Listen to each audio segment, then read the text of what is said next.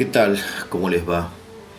Unos amigos me han pedido que haga un video acerca de la invasión de Putin a Ucrania. Vamos por ello aquí en el Tesoro de la Isla.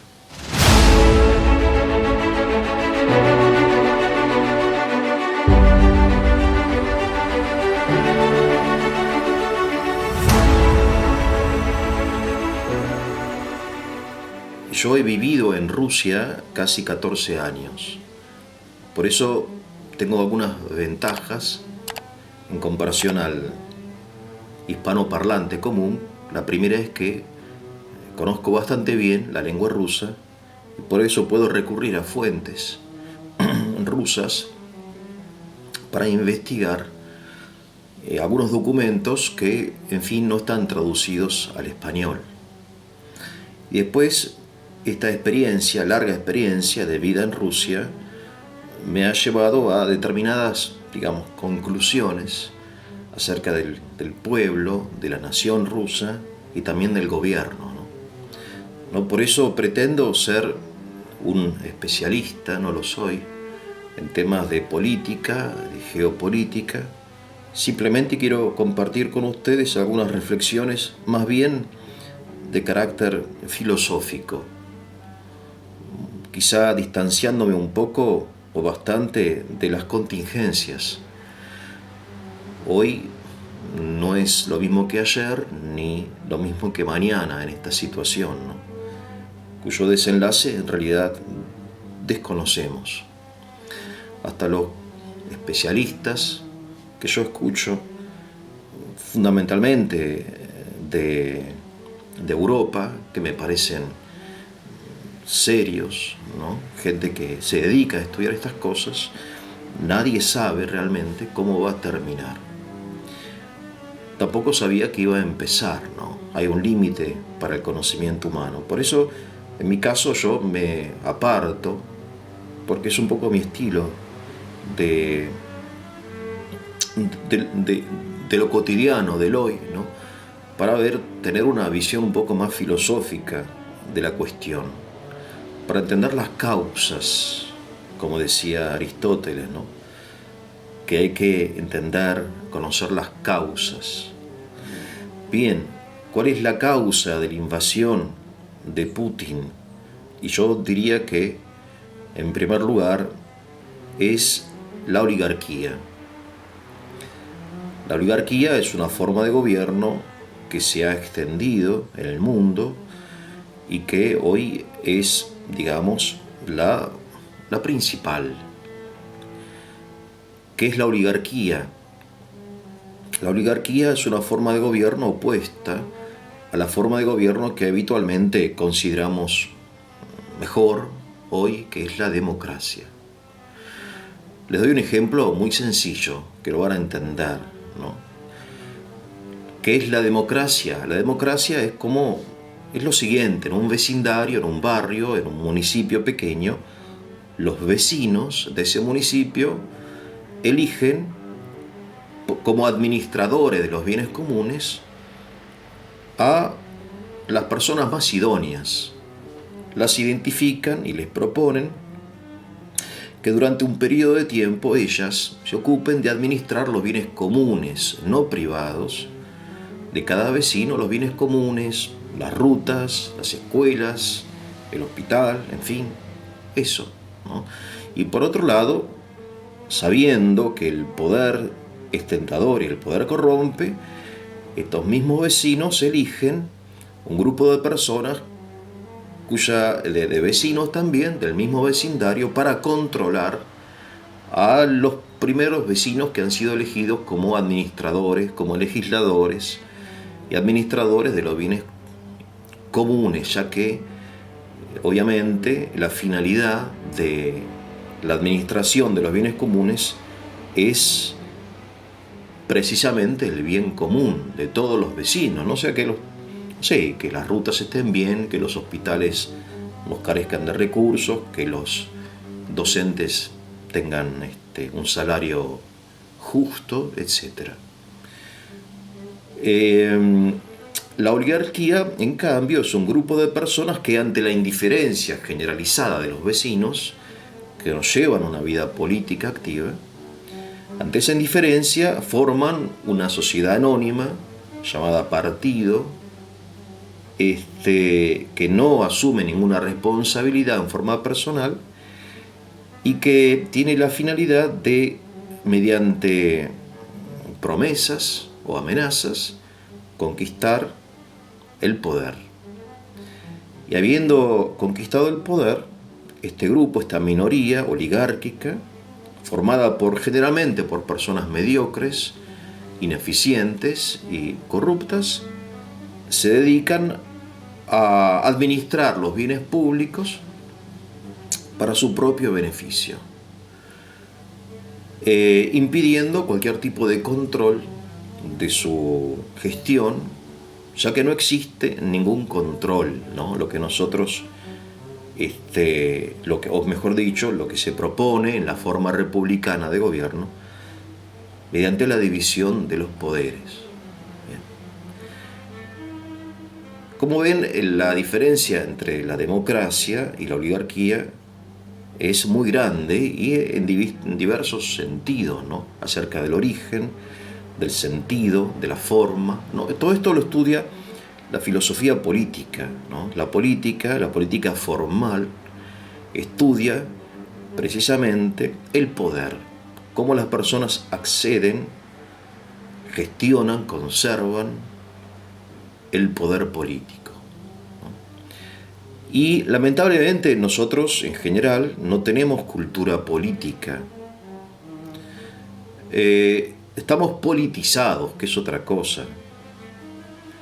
La política es objeto de debate, de diálogos, de discusiones en los medios de comunicación y también en casa o entre amigos. Pero el politizar la cultura no es tener cultura política. La cultura política empieza por este tipo de definiciones que deben ser profundizadas. Bien, vamos entonces a esto, ¿no? Es decir, la oligarquía, que es una forma de gobierno corrupta en sus orígenes, en sus fines y en sus medios, tiene frutos propios, siempre amargos.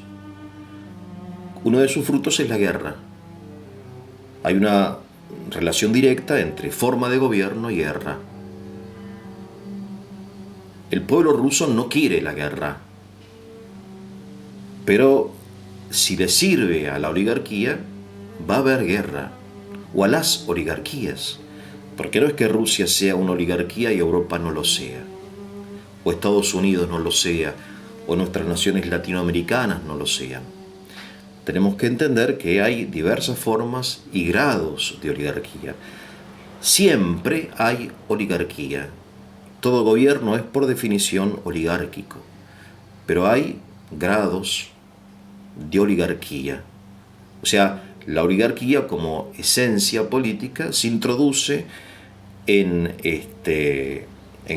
pueblos democráticos más o menos profundamente, ¿no? Su veneno se introduce quizá al nivel de la piel o quizá hasta lo más profundo del corazón y de los pulmones, ¿no? Y por eso digo, es inevitable la oligarquía, pero hay grados.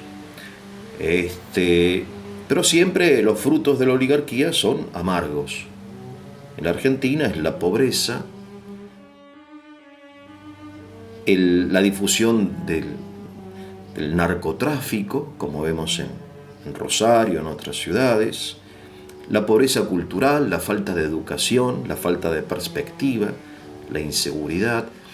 Todo eso son frutos de la oligarquía, de la clase política, ¿no? Que es precisamente el sujeto de la oligarquía. Y la guerra en otros lugares, ¿no? Entonces yo quería en primer lugar insistir en este punto, invitarlos a estudiarlo, a analizarlo, analizar precisamente a la guerra como fruto de las oligarquías, que pueden ser capitalistas, pueden ser populistas, socialistas. La Unión Soviética era una oligarquía cuyo sujeto era el Partido Comunista. Y luego de la disolución de la Unión Soviética, a partir de la caída del muro, año 89, después en el 91, etc., se crea otra nueva oligarquía, que es esta oligarquía que gobierna hoy en Rusia, que es heredera de la primera oligarquía soviética, la misma gente, el mismo Partido Comunista, la misma KGB, los mismos generales del Ejército Rojo que hoy son grandes oligarcas. Bien, entonces el fruto, digo, en primer lugar, de la oligarquía es la guerra. La oligarquía también, entre tantos frutos amargos que produce gente desquiciada. El oligarca, por definición, es una persona que está separada de la realidad, separada de la vida, de lo cotidiano, gente que generalmente, al menos los funcionarios de alto rango, son multimillonarios, caso de Putin, cuya fortuna se desconoce, pero sabemos que es enorme. Entonces son personas que psicológicamente se van apartando de la vida humana, de la condición humana, de esto, ¿no? Que es cocinar, trabajar, administrar tu salario, la vida común, ¿no? No se trata de otra cosa, sino de vivir, ¿no? El oligarca se aparta de eso y empieza a crear su propio mundo, se come su propio personaje. De modo que se produce en la mente del oligarca o de los grandes oligarcas una transformación de carácter psicológico y emocional de su conciencia absolutamente peligrosa para nosotros, para la gente común. Empiezan a sentirse o bien redentores, salvadores, jueces, personas intocables, y eso tiene gravísimas consecuencias, puede tener gravísimas consecuencias como nosotros lo vemos, ¿no? Y esto lo vemos claramente, me parece a mí, en el señor Putin hoy. Entonces, en primer lugar quería hacer referencia, según mi pobre opinión de lo que yo leo y estudio, y conclusiones a las que llego reflexionando, que el principal problema del mundo y lo que está causando la guerra en Ucrania y lo que puede llegar a causar una nueva guerra mundial es una determinada forma de gobierno extendida en el mundo llamada oligarquía, que por otro lado no es nueva y siempre va a existir, pero como digo, tiene grados. Una cosa es que uno tenga un problema en la piel, ¿no? Otra cosa es que tenga los órganos vitales absolutamente tomados por un tumor, ¿no? Por tumores. Bien, entonces, ya yendo más en concreto a la situación en Rusia, insisto, Rusia no es una democracia, sino es una oligarquía, y esta oligarquía no representa al pueblo. La oligarquía, ustedes saben, por definición, no es un gobierno representativo. Y esto, insisto en esto, porque sería una grave injusticia pensar que el pueblo ruso quiere la invasión a Ucrania. El pueblo ruso está en contra de la invasión a Ucrania. La gran mayoría está en contra de esta acción bélica que es realmente criminal, porque ya han muerto muchos civiles y seguirán muriendo, porque probablemente es una guerra larga, porque el pueblo ucraniano es un pueblo muy valiente que no va a dejar que Rusia se apodere de su territorio y de su gobierno. Bien, esta es una apreciación secundaria, en fin. Yo insisto, no soy ni pertenezco a la OTAN, ni soy analista político, ni nada de defensa, no lo soy. Simplemente Son observaciones que hago o que, en fin, que uno lee, ¿no? Muchas veces. Pero digo, insisto, tenemos que separar el pueblo ruso del gobierno ruso. El pueblo ruso es un pueblo que ama al pueblo ucraniano, son pueblos hermanos que tienen una relación fraternal de historia, de guerras comunes, ¿no? De tragedias comunes. Como todos hermanos, muchas veces se critican, se celan, se comparan, ¿no? Como sucede también aquí en Latinoamérica, pero eso no quiere decir que no seamos hermanos, ¿no? Sí. Bolivia, Chile, Uruguay, Argentina, por ejemplo, ¿no? Entonces, el pueblo ruso está en contra, obviamente, de la invasión a Ucrania, pero no es representado por su gobierno. Y, por otro lado, no hay libertad política en Rusia, por eso no hay posibilidad de enormes manifestaciones en contra de la invasión, porque los manifestantes pueden terminar en la cárcel, ¿no? No hay libertad política en Rusia. No hay que... En primer lugar, digo la distinción oligarquía y democracia como conceptos, ¿no? Como realidades también. En segundo lugar, la distinción tan importante entre el pueblo y el gobierno. No seamos injustos con este pueblo extraordinario, lleno de enormes talentos, con gente maravillosa, buena, generosa, de un alma realmente enorme, ¿no? Como sabemos, como lo vemos, que es el pueblo ruso, que es la primera víctima del gobierno ruso. Digamos, el gobierno ruso ha hecho sufrir durante la Unión Soviética a otras naciones, satélites, como las llaman, etc. Pero la primera víctima del gobierno ruso, de la Unión Soviética y de esta nueva oligarquía, obviamente es el pueblo ruso, ¿no? Que ya está sufriendo las consecuencias económicas, en fin, de las sanciones de Occidente, etcétera, y seguirá sufriendo. La oligarquía no tiene nada que temer en este sentido, porque tiene debajo del colchón más de lo que se necesita para vivir.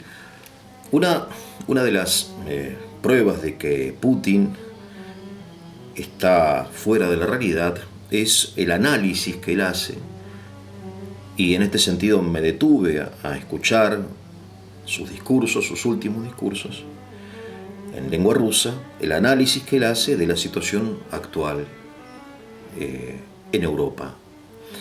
Él, obviamente, llama la atención sobre cuestiones realmente existentes, que son dos o tres.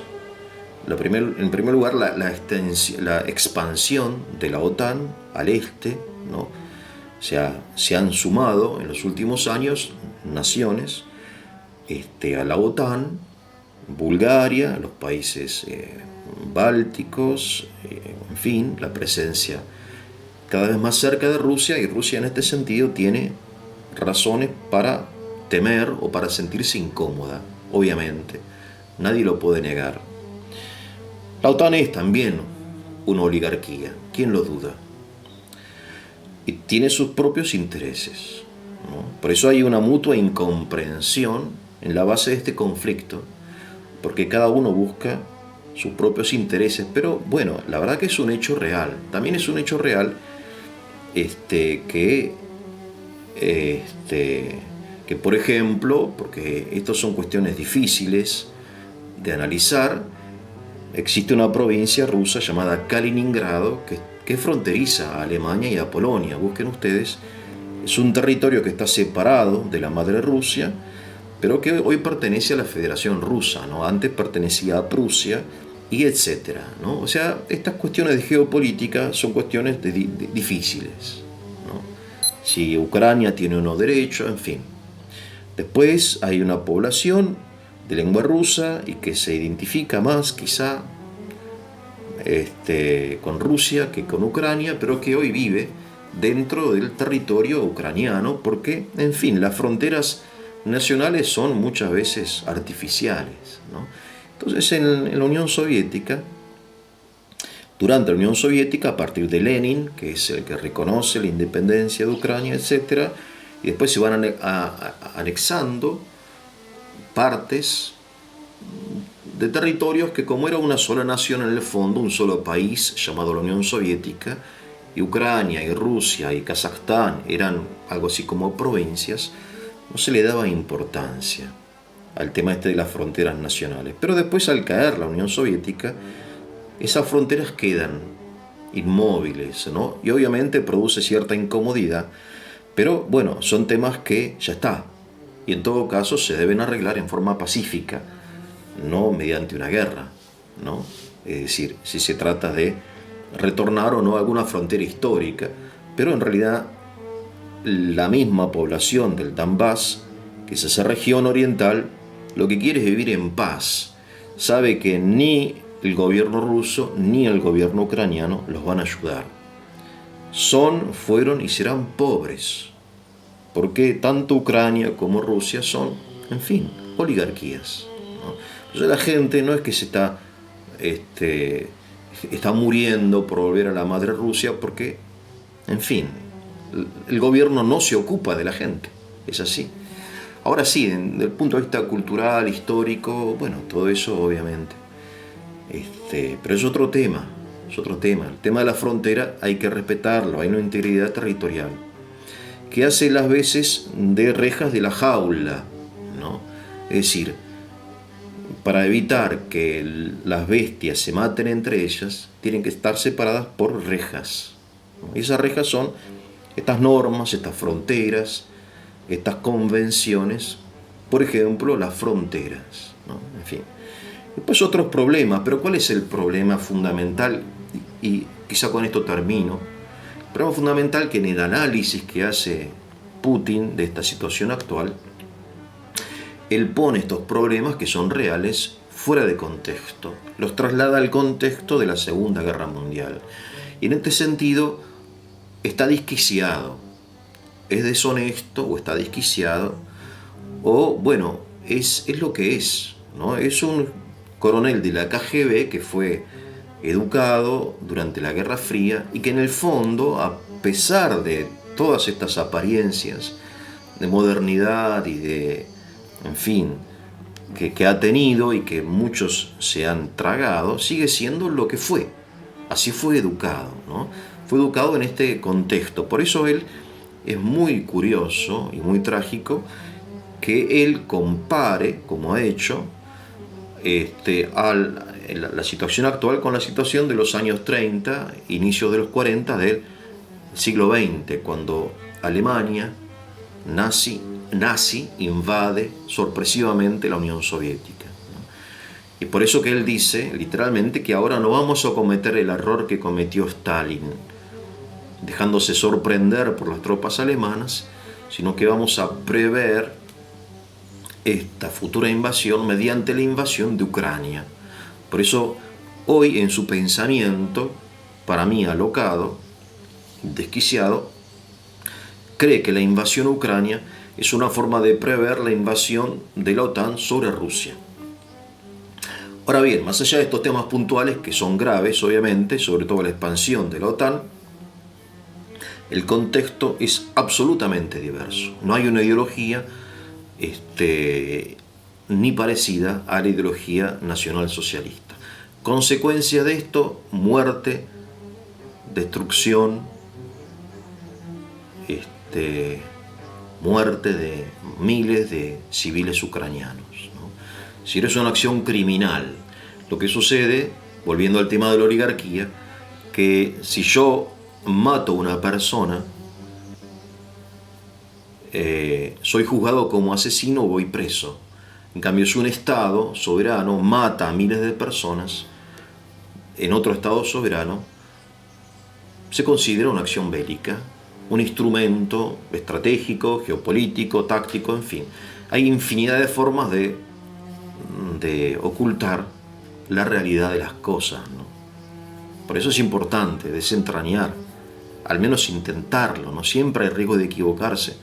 Y por último, como conclusión, hay personas en Rusia o en España, en Argentina, que se han dejado, digamos, seducir por el discurso patriótico, tradicionalista, cristiano, conservador de Putin y también de sus secuaces. Lavrov, por ejemplo, en su discurso ante la ONU habló de las tradiciones del cristianismo, y en este sentido Rusia se levanta o se identifica con la tradición cristiana, en contra, en oposición al nihilismo, al relativismo, al ateísmo de la Europa occidental y quizá de los Estados Unidos, ¿no? Falso, absolutamente falso. Puede ser que por razones psicológicas ellos se identifiquen más con lo tradicional, porque Rusia es un país de tradición cristiana y ortodoxa, y está muy bien que así sea. Pero en el fondo, lo que existe detrás de esa pantalla o de esa pátina cristiana, que a mí me resulta muy cercana porque soy cristiano y me gusta todo eso, en fin, es una oligarquía, ¿no?